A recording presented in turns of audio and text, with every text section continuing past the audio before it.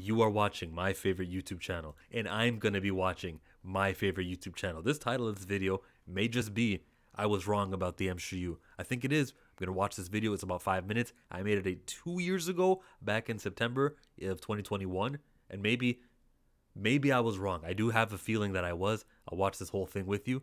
Let's check it out. Oh, look at these. Look at the stars. That one all the way there.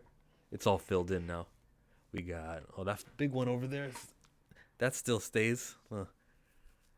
Different. All right, anyways. I'm just looking at me. Looking at my hairline. I was a little bit thinner too, wasn't I? Well, we got to do something about that. I keep saying that.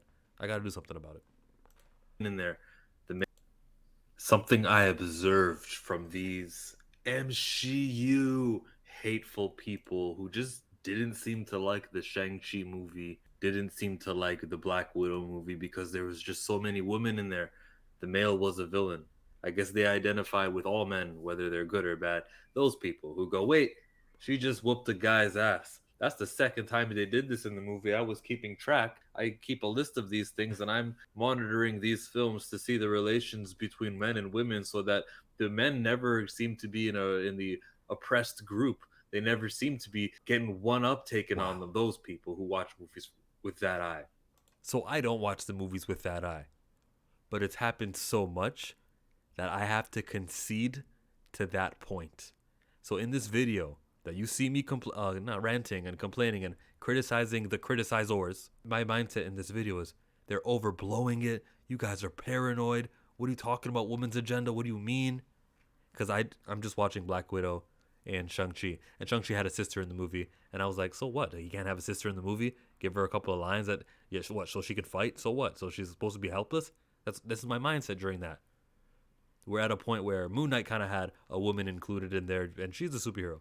We had Thor with a woman and superhero included with Jane Foster. There's the Hawkeye show with another Hawkeye, even Echo, who's going to spin off to another show. Loki had Sylvie thrown in there. We had Secret Invasion, who just, here's Gaia, except this new character who's super. It's a woman, so we're fighting sexism because of it. There is actually a mentality over there. And then, of course, the greatest black superhero that's ever happened was shelved. And they said, here, take a woman instead, because woman empowerment is happening. And oh my God, the way I disagree with black empowerment, taking a step down, that this great character who's elevating, his name T'Challa, he's the greatest black superhero, also the most positively impactful fictional character in the history of cinema. And he was elevating just because the actor died. It does not mean the elevation needed to end. Actually, you'd be honoring the actor if you continued to do what he was trying to do while he was alive, and you could have elevated him further. Just so you know, they should have recasted T'Challa. But in the name of, I guess, women's representation, some of you ate that medicine and they said, oh, look, it's still a good thing that's happening with that temporary Black Panther, who's not going to be the full-term Black Panther. They're going to try to make the T'Challa the Black Panther next. Stupid. No progression. Now they're going to be elevating a character who doesn't even exist in comics, won't exist again. It's just a T'Challa. What? Are you guys dumb? Anyways, that's not the point of this. Even though every point of my videos is recast T'Challa, that's not the point of this. The MCU is an opinion that I had, or opinion that I frowned on at a time. Don't get tricked. These are hateful people. Misogyny is one way they'll, get their hate in, but also when it comes to race. When the movie, look at me, and I am right. I do believe like those 9 YouTubers to be hateful, and I'm not gonna name a name in this video. I wasn't that reckless 2 years ago where I would just name names like that and start YouTube beefs. But I'm right. Shang-Chi came out. The announcement came out. The poster came out. Simu Liu comes out. And it's Shang-Chi, and it's not a white guy character. Mm-hmm. They already knew what time it was. Mm-hmm. They got in their bag of tricks and said, I'm going to dislike this film from the get-go, and I need to figure out why I dislike this one. They got to the conclusion, and they're doing the building blocks now to try to figure out how they're going to get to why Shang-Chi sucks. Marvel could have just made a movie. You casted somebody from this ethnicity, and you did the best possible work to make this character likable, get across very well. That's what they should have done. That's what they could have done. And they elected not to. They elected to have lines in the movie that address social commentary, and these guys get to go, aha, man, I'm not trying to go to the movie theaters to get a lesson. in women's studies, and you gave it to the Marvel Studios. You're having like a fight with these guys. I just watched the She-Hulk show. Well, I watched it last year, and I saw you guys validate those people by making them part of your show. And I never foresaw that when I recorded this video here in 2021 of September. And the route this way, this time around, it's the MCU. Oh, this is horrible. Doesn't mean they're gonna keep saying that. One day, a movie with all white people is gonna come out. Maybe the Fantastic Four comes out, and they go, "Now this is Marvel. That's what I'm talking about. You see? Now we're doing it." It's pretty transparent to me. A lot of you viewers, I don't know who's watching. The Fantastic Four, if they get the casting accurate, which they just casted Pedro Pascal. Is he white? Is his skin tone undermelanated? Yes. Is he white? No, we call that Chilean culture. Now, is he white passing to anyone who doesn't know better? Yeah, he's not going to be speaking with a Latino accent or Hispanic accent, whichever the correct terminology is. So he's white passing. I don't want to get into any of that. Let's keep listening to chill. You may not know this, but racism or hatred against women, that kind of stuff, it's not popular to say that. I am a hateful man against this demographic. So they'll never say that. Yeah. They'll just happen to have reasons to shit on movies. Oh, it's too overrated. I didn't like the director. Thought that what the actress said, in the case of Brie Larson, Captain Marvel, what she said was abhorrent. How dare she share her opinion that she didn't care what a 40-year-old, what didn't work for him in A Wrinkle in Time. It wasn't made for you. How dare she tell the truth? I am a 40-year-old white man. I identify with that. And I will ignore every part of that speech where she talks about representation in film critics and how white men seem to have this absurdly huge presence in the journalists, in the critic field. I'm going to ignore all that and just focus on that. And I'm going to clip that. And I'm going to use that. Yeah. Those people seem to hate on Star Wars movies because Rey is a female, but they'll never say that. The Star Wars movies suck. Maybe they hate them because Rey is a female, and I do believe that there is some people who just hate Rey because she's a female. Star Wars went girls, and that's bad. They also did 3 movies, like a trilogy of films, where it was a different writer each time. That was the plan. And then Colin Trevorrow left, and they got, what's his name in? Rian Johnson back in? I'm wrong, JJ. But still, that's what they did there, and Disney gave them every reason to hate on this new trilogy. Unfortunately for Daisy Ridley. Why is the film going back to Daisy Ridley? I don't know. It's not the MCU, it's the Lucasfilm. I need a pun here. No, we're not leaving until I get there. What's a Luke? I'll leave it to the comment section. What's the pun for like the female? Oh, the Force is female. That's the thing. Right? Yeah, Force is female. They definitely doubled down on that one, didn't they? Charmaine Obaid-Chinoy, come in here, direct the Star Wars movie. And my boy Damien Lindelof is like, no, I'm writing the movie with the director in mind, and you're just going to give it to, no disrespect to Charmaine Obaid-Chinoy, but you're not the person that you get for Star Wars. People got to prove themselves. And then they, in other projects, in things with $50 million budgets, $60 million budgets, and then we get to the big $200 million Star Wars production. You got to have a filmography. You got to be in your 50s to do a Star Wars movie. You don't just give it to nobody, I don't think.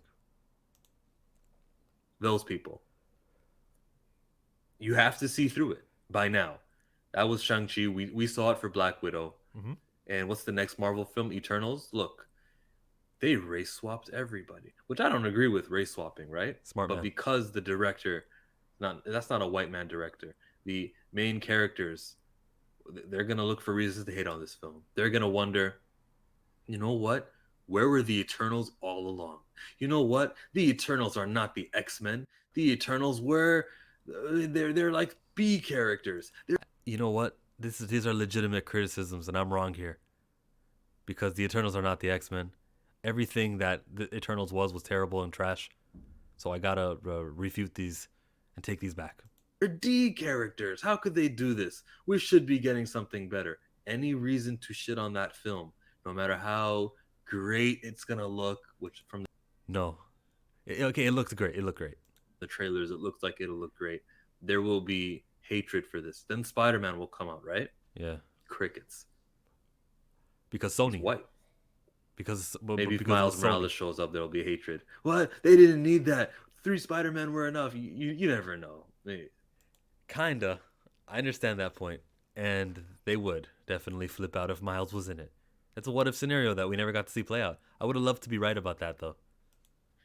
I'll repost this video in December if that's what the talking points are going to be.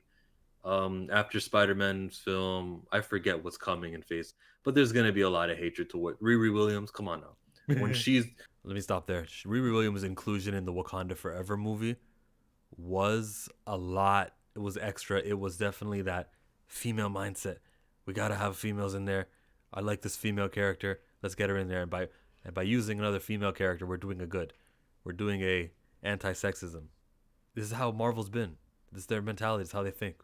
This is why I'm not surprised when I go on Twitter and I see that Silver Surfer gonna be a female. I see Anzo tags me. He said Killmonger to the rescue, and I said, yeah, I thought Victoria Alonso was spearheading this mentality. But if this rumor from Screen Geek is to be true, and the Silver Surfer and MCU reboot is reportedly going to be a woman, then they are really doomed. It's just a mentality over there that they don't understand what women's empowerment looks like and the value of it. If this character isn't actually Norrin Reed, the Silver Surfer, if this character turns out to be a woman, yeah, sure, for this iteration, but it won't be again. Human Torch was a black guy named Michael D. Jordan for this iteration, for that 2015 movie. And when they cast again, for Fantastic Four coming up in the MCU, that's going to be a white guy. The benefits of representation are or should be aimed to be an everlasting one. But these temporary representations satisfy annual quotas of our movies aren't diverse enough, and so we're making them diverse. So they definitely satisfy the annual quota. They fool idiots like maybe some of you who are watching who are for this, but it has no substantive, tangible forward progression because the castings always return.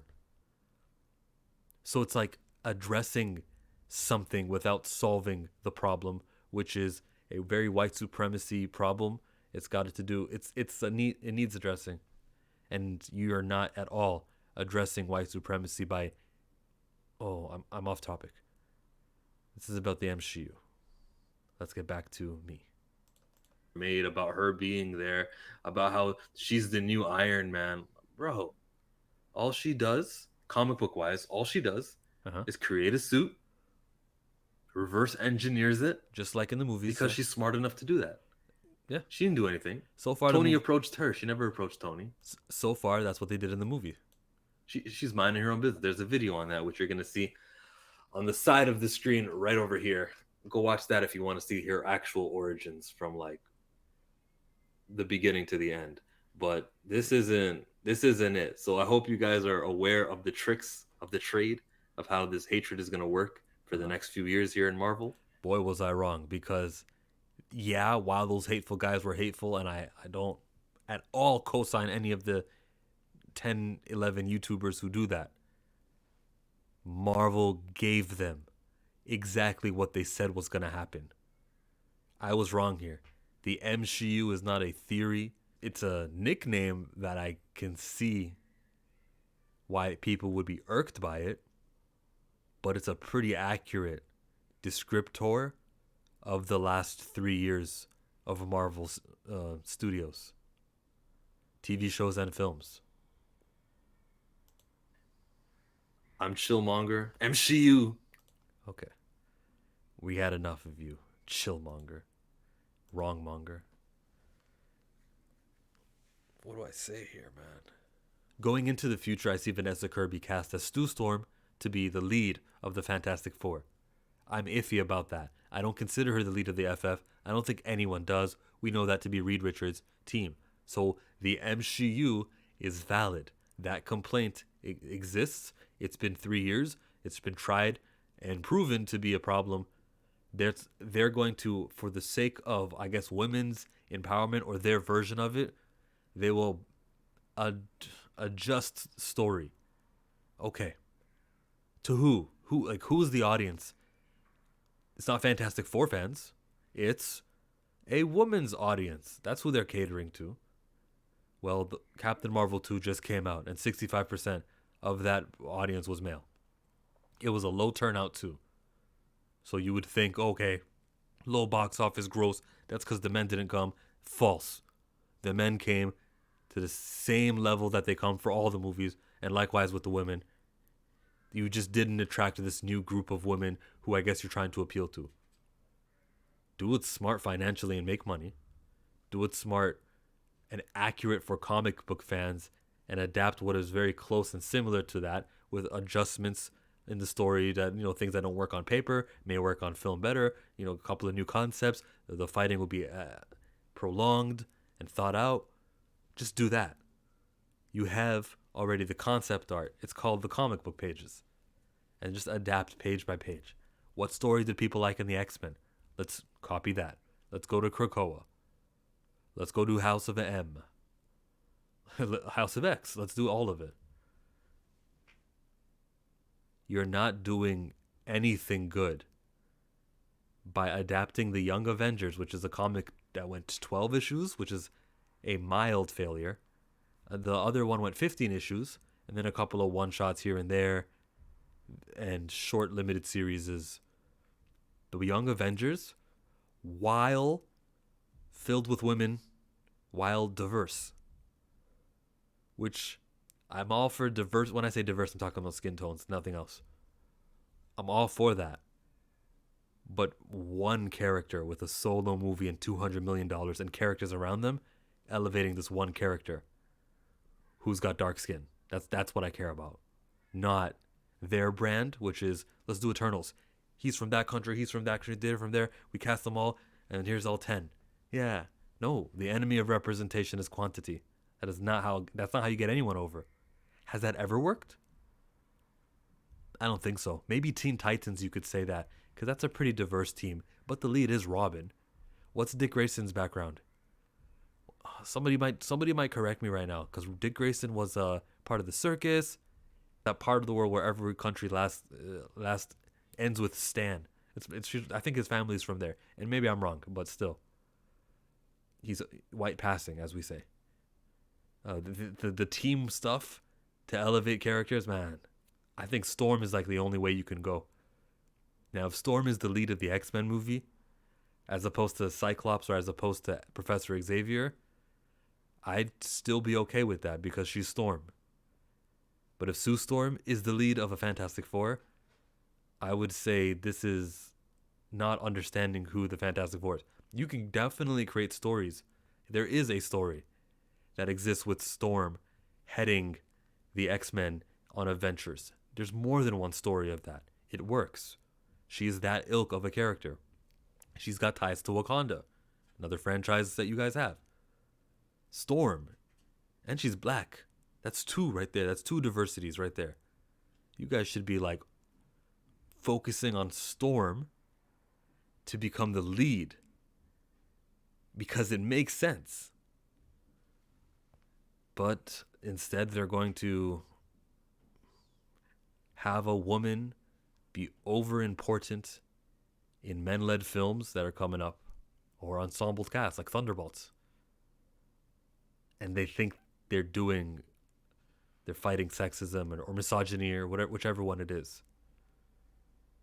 The MCU mindset exists. It's there.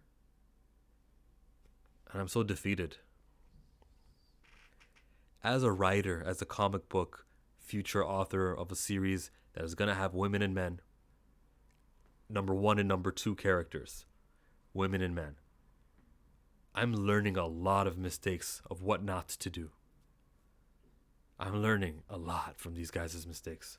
So if anything happens or comes from my new franchise, which I am a long ways from releasing, and we can thank Marvel Studios and really Disney as a whole for teaching me what not to do and where not to go. Masculinity is not a bad thing, and femininity is necessary.